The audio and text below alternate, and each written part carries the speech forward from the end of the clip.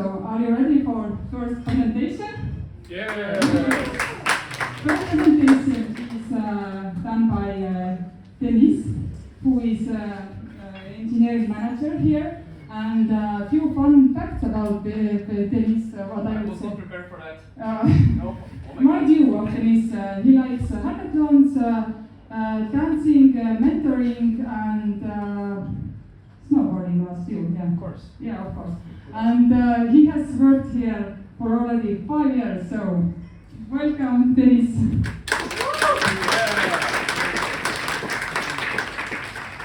Hello everyone, it's very exciting to be here. Last time I spoke in a meetup here was probably 4 years ago. And it's not frequent that we talk about data platform in Estonia. I think last presentation I remember in Estonia was in 2019, and a lot has happened since then. And I will warm you up for the really cool and technical talks, and I will just share how we approach doing things. So you don't have to be a data engineer or related work in data field to benefit from the ideas and apply them in your organization. But yeah, a bit about me. I joined as one of the first software engineers in our data engineering team that grew into data platform organization. It's been more than 5 years ago. And for the past 5 years, I've been building up our machine learning platform team and experimentation platform teams. And yeah, I'm passionate about a variety of things, including tech and biohacking and a variety of other things. So that's really exciting. But today, I'm very passionate about data platform and the ideas we can take in this environment where Bolt is scaling up and many other companies also want to be successful. But I'll start with a case of when things don't go efficient. And I'll tell some scary stories of some of the competitors in our industry and some of the things we do differently and how that turns out into success or failure for organization. I'll make a case for unification and platformization and tell you about the story of Bolt platform evolution. I will not have time to go through details, but I will show one example of an ML platform and just go through some of the biggest project that our group has executed, which was migration to the next gen data platform. Let's start with Lyft. You may know it, may not know it, but this is the company that's been biggest rival of Uber in the US and Canada. I wanted to highlight that compared to Bolt, they operate in 2 countries, not 45. They have one main business vertical. We have 5 business verticals. So actually they have to deal with way less complexity than we do. They might have higher order value because airport ride in Canada will be more expensive than airport ride in Tallinn, which will be just a few euros from city center. That's why when they take 20% or more or less commission from their ride, of course, it's a lot more money. And that's one of the key reasons why they've been able to kind of even have a business. But those things get much harder when you try to take a service and scale it to a variety of economies, to Africa, many emerging markets, and so on. And efficiency becomes key. And this is one of the key differentiators of Bolt in this saturated market with a lot of players, most of whom are not making money and probably will never will. So Lyft, before their IPO, disclosed that in 2019, they were spending 100 million a year on AWS deal alone. That's a lot of money. It's, of course, we have to look at comparison how big was their business, but 100 mil is a lot for pretty much a lot of us. And at those times, people were saying, making claims that actually Lyft is smart to commit to 300 million for 3 years to Amazon, because that saves them time, they can ship value-adding features faster to their users, and yada, yada, yada, yada. So, spending money is great, and if it's true, in an environment where money is free, where you need to grow big and grow fast, and you just need to throw things and see what sticks to the wall, you might get away with this. But when you try to build sustainable business in a competitive industry where the profit margins are very thin, you need to take things different approach. And this was very evident in the past years. Hope you recognize this chart. So this is the Euribor rate. So if you are lucky or unlucky enough to have a mortgage in European countries tied to that, your payments have probably increased quite a lot recently. But it's just a reversion to the normal times. We just had normal times when the money was free, and that created a lot of interesting anomalies in software world as well. So now money is not free, and now everybody is thinking about efficiency. So that's the story of today's talk. And how did it turn around for Lyft? Well, Lyft IPO'd in 2019 in March, That article I've shown you was some around May, so this is like this timeline. Who know, like, how did it do after that? Does anybody know? Okay, I see some to the moon. Well, see for yourself. If you have invested on the first day of trading, you would have lost 86% of your hard-earned money. And key reasons are, first of all, is that the growth was not as fast as they expected. And secondly, their cost structure is just too expensive. They had too many people, too high costs, not optimized process, and to serve that one business vertical and serve those two markets, they had way more people and engineers than we have for all the customers that we serve abroad. So that's a different picture. You know, you've seen it before, 5 countries, 5 continents, 45 countries. And for us, we have to deal with this idea that we need to scale, we need to be efficient. Launching new countries should not be a big feat that all engineering should work about. So this forces us to make different choices in how we build engineering. And you may have noticed, but engineering culture and the choices that we make in the software world should reflect the actual needs of your organization. If you need to grow faster, just get your MVP out of there, do whatever it takes. But if you need to build a sustainable business in a competitive industry, like Amazon did for example, if you cannot charge $1,500 for a new iPhone, you need to make different decisions. And I will share some of the ideas how we approach it. And I'll start with an example of one of my favorite topics, machine learning platform and machine learning operations.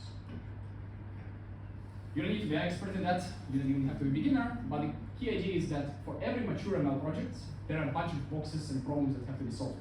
Whether it's about infrastructure, data management, monitoring, dealing with your features, tracking your experiments, and so on.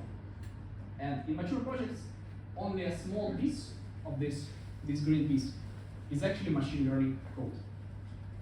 And the rest of the boxes are some tools or problems that also require a lot of development and effort. So today, when I joined this field, it was quite empty and there was pretty much nothing. We glued pieces together of everything we could find. But today, there are so many tools, cloud providers, startups, open source, that if you have one project just figuring out which tools to use, will take quite a lot of cognitive load, it will delay your time to market, and you might make wrong choices just by random chance, unless you're very, very experienced. And this is okay on one project. But what if you have 70 plus ML projects like we do at Bolt? It will start innocently like this, but second project, different people might like different technology, or they might not like exactly the library you use, they don't like MLflow, they want to use weights and biases. And they will add one more layer and we'll have different things doing roughly the same thing, roughly the same problem solving.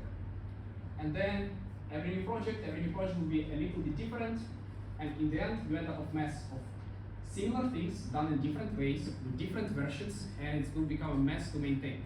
And as projects grow mature, for every project you need a data engineer, ML engineer, infrastructure engineer who understands and knows and can maintain those things.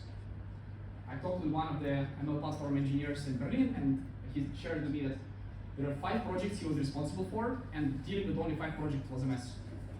Our whole ML platform team is 5 people, and we kind of support with infrastructure and tuning our 40 plus data scientists working on 70 plus projects.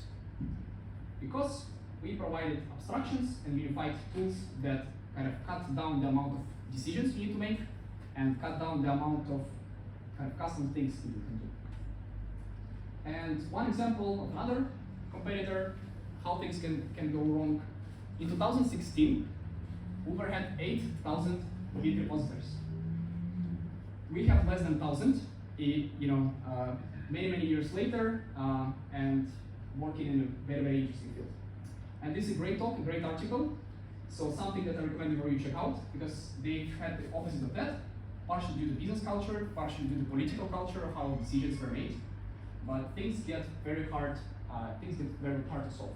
And Uber has been fighting since that for a very long time, and now they're cutting down costs and they're kind of profitable, so they're doing a lot of investment in this area. But they are lucky because they had many billions of cash that allow them to hire people and solve this mess that they made in this crazy growth phase. And fundamentally, we believe that teams shouldn't solve the same problem over and over again. So if there is a common problem, there should be a common solution. Sounds very reasonable, right? Makes sense. common sense. I hope I didn't like say anything that was completely out of the kind of the norm. But how many of you know companies that actually follow this principle? If you answer both, it will not count. The answer is Google. Google. All right. So the big guys are also in this game. Thank you. I'm actually not very familiar with how Google does things, so I'll be curious to learn a bit more. But I hope some of the ideas propagate further into the field. Most likely, the things we build are not because we are so smart, but also because people who worked at Bolt, worked at other companies, and made smart decisions. But yeah, this is the kind of very high-level overview how we can look at that. We call it one way of doing things. If there is a problem, let's say deploying a service or running an additional query, there should be one common way how you can do that. That should be owned by somebody, by a platform team or by the team at the edge of this problem. It should have all the good things. It should be easy to onboard into that. It should have docs. Ideally, it should require no configuration, just work out of the box. And we have many things like that. But make it as easy to adopt as possible. And one of the things that we really think nailed is providing abstractions and swapping out implementations as our needs evolve. There are many examples where we provided certain abstractions, certain template, certain API people can plug into, and we have transparently migrated and changed all the things. And I will share an example of one of those things. It's not perfectly clean abstraction with the data platform, but we've done it relatively well and much better than the others. And this brings me to the data platform. History lesson. Who loved history at school? I did not, but now I start to like it as I go slightly older. So first of all, there was no data platform. 2013, that's when the Bolt was founded. Analytical queries were running against production databases. Great idea. Analytical workloads and transactional data. Everything's got consistent data, but it might not work for a very long time. And in 2017, AWS Redshift was brought in because we were on AWS already. It was there, so people brought in, started using it. And then we had the Booker, and then we started to do some work. And the team then kind of continuously started somewhere around 2018. And just to show you the 2017 setup, so we had services writing to a stream more or less directly, some of the data, and we had production databases, MariaDB, and we had services that pull the data from the database, literally it selects with some kind of checkpoints into dumped all that in the stream, and you'll synchronize into pretty much one or two Redshift clusters. And that was the main point for the analytical data. Really exciting. These were the simpler times. In 2019, our life evolved. We added a bit more things. We added Airflow, we added Kafka, we added Spark to our stack. We started to move some data outside of the Redshift because it was too expensive to store it there. We tried to separate a bit storage and compute, the typical things people do in the data platform world. And then we had a machine learning platform that started to be developed around that time, and experimentation platform. And kind of things started to evolve, we became mature, and these were like roughly happy times for a little bit. So if there were happy times, what did you do? The team roughly grown from 6 or 7 people back then to now almost 30. So probably there were some problems to solve, otherwise why would we have those people? I think life roughly looked like that for a very, very long period of time, because our architecture was, first of all, hard to scale. And this was shared resource, so somebody running a heavy query would kill the whole cluster, or almost kill the whole cluster, and people just couldn't get their workloads ready. The ingestion place, getting your data up somewhere in the warehouse could take days, and this was constant battle all the time, a lot of operational issues all the time. We had something called Looker Mondays, and everybody came on Monday for work, tried to see reports from the past week. Those things went really, really wrong, and nothing worked. And of course, the costs. You may know that in distributed systems, costs, let's say, performance grows sublinearly to the cost or, let's say, number of machines your system runs in. And with that architecture, it was growing very, very sublinearly. So if you pay double the money, you would maybe get 1.3 performance, or sometimes even nothing. And all the tricks in the book, everything that AWS recommended to us, was just buying us a little bit more time. And here, I want to draw a parallel with some company. Does anybody know who went on my initial public offering yesterday? Instacart, yes. Instacart, they did decent public listing at 10 billion valuation. Their latest private valuation was 40 billion, so 70% down from the private rounds, but roughly where they expected. And I want to show you a bit about similar topic from Instacart and topic of efficiency. So Instacart it still uses Snowflake, which is kind of, let's see, cloud data warehouse, magical amazing solution, really high quality, but quite expensive. And it's been growing, and last year they paid 50 million for that. That's also quite a lot of money. They paid 100 million for whole AWS deal. Instacart, that does roughly 20 million orders per month, if I'm not mistaken, paid 50 million. And before IPO, they understood that market wants people who can actually make money. Market wants people who can build sustainable business, and what did they do since? Well, first of all, they became profitable. So in 2022, they had loss. In first half of 2023, they started to make actually substantial amount of money. But still, this is the cloud, this Snowflake cost was 10% of their whole profit. So you can literally increase your profit by 10% by just shutting down all analytical data. Great business idea. So they've been really cutting costs, and they wrote a blog post about it, that they deleted it for some reason, because Snowflake actually, I think, has invested for them. There is some kind of link between them. But yeah, they've been working a lot that right now before going public, and they saw that market is pressuring them, and they started to invest into efficiency and cost optimizations. But we at Bolt have been looking into cost and efficiency and quality for a very, very long time.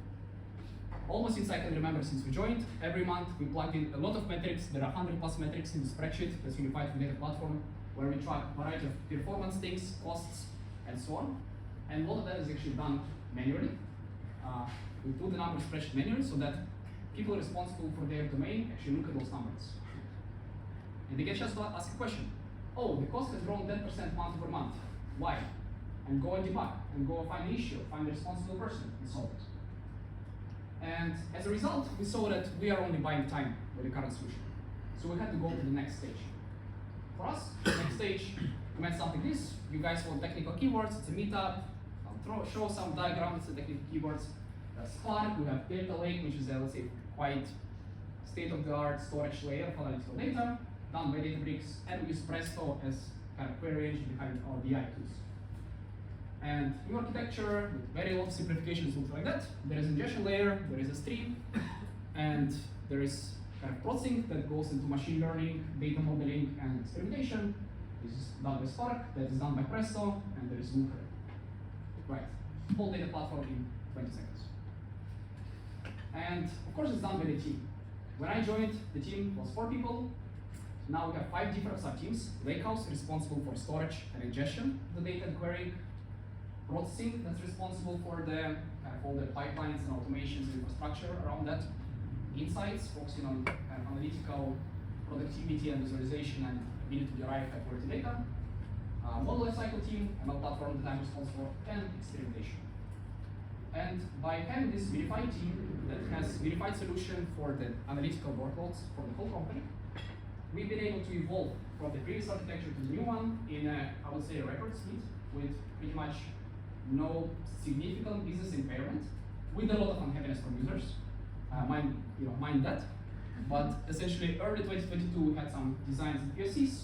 Then we started to replicate the data into the new solution. And during Q4, pretty much all the workloads in 3 months were migrated. Thousands of queries, thousands of Looker dashboards, hundreds of data pipelines, all the models were written with a lot of help from our stakeholders and then users who were actually owners of those queries and pipelines.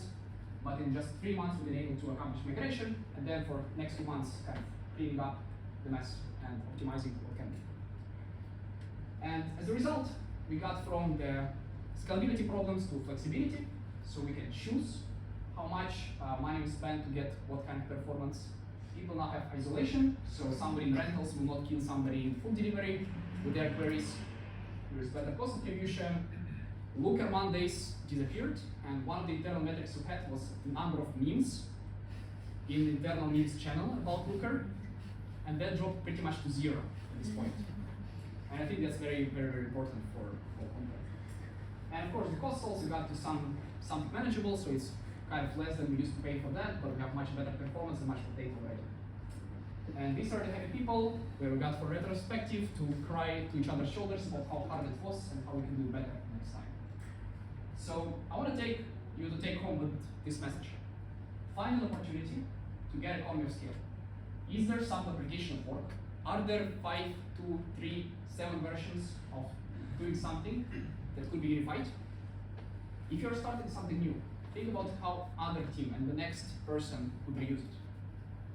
And yeah, focusing on good abstractions and evolving implementation is a great way to do software. Thank you very much, and let's talk later.